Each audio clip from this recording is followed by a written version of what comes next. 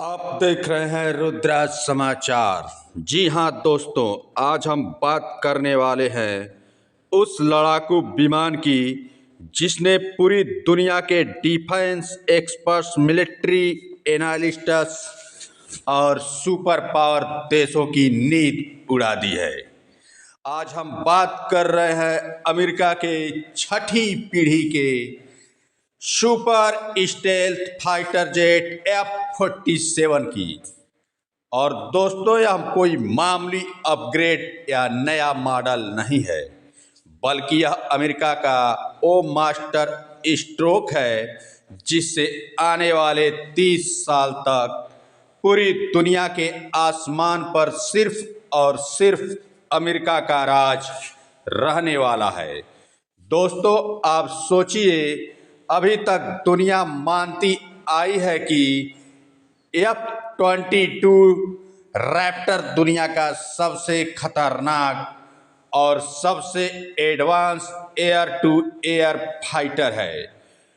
1997 में पहली बार उड़ान भरने वाला यह फाइटर आज 29 साल बाद भी नंबर 1 है। चीन का J-20, रूस का Su-57, यूरोप का कोई भी प्रोजेक्ट आज तक F-22 के आसपास भी नहीं पहुंच पाया है। और अब अमेरिका खुद उसी F-22 को रिप्लेस करने जा रहा है। F-47 से यही से आप अंदाज़ा लगा सकते हैं कि F-47 कितना खतरनाक, कितना एडवांस और कितनी आगे की सोच का नतीजा है। दोस्तों, सूत्रों के अनुसार रिपोर्ट सामने आ चुकी है कि अमेरिकी वायुसेना इस समय F-47 की सीक्रेट टेस्टिंग कर रही है। अमेरिका के सबसे गोपनीय एयरबेस एरिया 52 में, जो नेवादा स्टेट में स्थित है और जिस जगह को लेकर पिछले 50-60 सालों से एलियंस तक की कहानियां चलती आ रही हैं, लेकिन फिलहाल वहाँ जो उड़ रहा है वो एलियन टेक्नोलॉजी से कम नहीं है। सबसे बड़ी बात यह है कि अमेरिका इस समय एक नहीं बल्कि दो F-47 उड़ा रहा है और दोनों में अलग अलग इंजन लगाए गए हैं। एक तरफ जनरल इलेक्ट्रिक का XA-102 इंजन और दूसरी तरफ प्रैट व्हिटने का XA-103 इंजन। और दोस्तों, ये दोनों इंजन कोई साधारण इंजन नहीं है, बल्कि ये एडेप्टिव साइकिल इंजन्स हैं, यानी ऐसे इंजन जो खुद हालात के हिसाब से अपनी परफॉर्मेंस बदल सकते हैं। कभी ज़्यादा थ्रस्ट, कभी ज़्यादा फ्यूल एफिशिएंसी, कभी ज़्यादा रेंज और कभी ज़्यादा पावर। और अमेरिका ऐसे इसलिए कर रहा है क्योंकि अमेरिकी वायुसेना पूरी दुनिया में ऑपरेट करती है। रेगिस्तान की आग उगलती गर्मी हो, समुद्र के ऊपर नमक भरी हवा हो, बर्फीली इलाके हों या ऊंचे पर्वतीय क्षेत्र हों, हर जगह एक जैसा इंजन काम नहीं करता। इसलिए अमेरिका परफेक्ट इंजन चुनने के लिए अरबों डॉलर खर्च करके दो अलग अलग इंजन के साथ F-47 की टेस्टिंग कर रहा है। और दोस्तों, यही तरीका अमेरिका ने 1990 के दशक में F-22 के समय भी अपनाया था। तब तो दो अलग अलग विमान तक बनाए गए थे, लेकिन इस बार विमान एक है, इंजन अलग है। तो दोस्तों, अब बात करते हैं F-47 की असली ताकत की। यह कोई सिर्फ स्टेल्थ फाइटर नहीं है, बल्कि यह स्टेल्थ प्लस प्लस एयरक्राफ्ट है।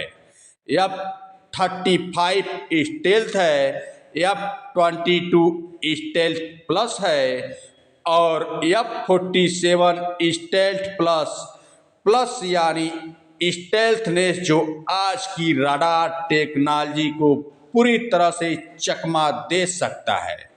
इसकी रडार क्रॉस सेक्शन इतनी कम होगी कि दुश्मन को पता ही नहीं चलेगा कि कब मौत उसके सिर के ऊपर से मंडरा कर चली गई। तो दोस्तों, इसकी स्पीड की बात करें तो यह बिना आफ्टर बर्नर के सुपर क्रूज कर सकता है, यानी मैच 1 से ज़्यादा की स्पीड बिना अतिरिक्त ईंधन जलाए, और इसकी मैक्सिमम स्पीड मैच 2 से मैच 2.5 यानी करीब 2400 से 3000 किलोमीटर प्रति घंटा तक बताई जा रही है। रेंज की बात करें तो यह करीब 1800 से 2000 किलोमीटर की होगी, जो दिखने में माइनर अपग्रेड लग सकता है, लेकिन असली खेल रेंज में नहीं है बल्कि इसके दिमाग में है। जी हाँ दोस्तों, F-47 सिर्फ एक फाइटर नहीं बल्कि उड़ता हुआ कमांड सेंटर है। इसके अंदर लगे होंगे next generation sensor, advance sensor, fusion system, ultra modern electronic warfare suit और आर्टिफिशियल इंटेलिजेंस से लैस डिसीजन सपोर्ट सिस्टम, यानी यह विमान खुद सोच सकेगा, खतरे पहचान सकेगा और पायलट को सबसे सही फैसला लेने में मदद करेगा। तो दोस्तों, सबसे खतरनाक फीचर है इसका ड्रोन कंट्रोल सिस्टम। F-47 जब उड़ान भरेगा तो इसके साथ 4 से 6 स्टेल्थ कॉम्बैट ड्रोन उड़ेंगे। सभी ड्रोन मिसाइलों से लैस होंगे और उन सभी को कंट्रोल करेगा खुद F-47 का पायलट, यानी एक पायलट, एक फाइटर और साथ में पूरी मिनी एयरफोर्स। दुश्मन को समझ ही नहीं आएगा कि हमला कहां से हो रहा है, कौन असली है और कौन ड्रोन। दोस्तों, इसका डिजाइन भी पूरी तरह से फ्यूचरिस्टिक है। यह एक टेललेस एयरक्राफ्ट होगा, यानी इसके पीछे कोई टेल नहीं होगी। फुल फ्लाइंग विंग डिजाइन, जिससे इसका रडार सिग्नेचर और भी कम हो जाएगा और एरोडायनामिक्स और भी बेहतर होंगे। मैन्यूवरेबिलिटी जबरदस्त होगी और यह हवा में बेहद फुर्तीला होगा। अब बात करते हैं हथियारों की। अमेरिका F-47 के लिए स्पेशल नेक्स्ट जनरेशन मिसाइलें बना रहा है। एयर टू एयर मिसाइलें लगभग तैयार है और एयर टू ग्राउंड मिसाइलों पर तेजी से काम चल रहा है। 2029 तक इन्हें पूरी तरह ऑपरेशनल करने की योजना है, यानी F-47 पुराने हथियार नहीं बल्कि पूरी तरह नए और ज्यादा खतरनाक हथियारों के साथ उड़ान भरेगा। लेकिन दोस्तों, अब आते हैं सबसे बड़े मुद्दे पर, जिसने अमेरिका को दशकों से परेशान कर रखा था, और वह है लागत। स्टेल्थ फाइटर खरीदने में महंगे, उड़ाने में महंगे और मेंटेनेंस में तो और भी महंगे होते हैं। F-22 और F-35 इसका सबसे बड़ा उदाहरण है। लेकिन F-47 को खास तौर पर कास्ट इफेक्टिव बनाने पर जोर दिया गया है। इसे ज़्यादा फ्यूल एफिशिएंट बनाया गया है इसकी मेंटेनेंस आसान और सस्ती होगी और सबसे बड़ा बदलाव इसकी स्टेल्थ कोटिंग में किया गया है। जहां F-22 की स्टेल्थ कोटिंग को बार बार रिपेयर करना पड़ता था, वहीं F-47 की कोटिंग 100 गुना ज़्यादा टिकाऊ बताई जा रही है। यानी उड़ान के बार बार महंगा मेंटेनेंस नहीं करना पड़ेगा।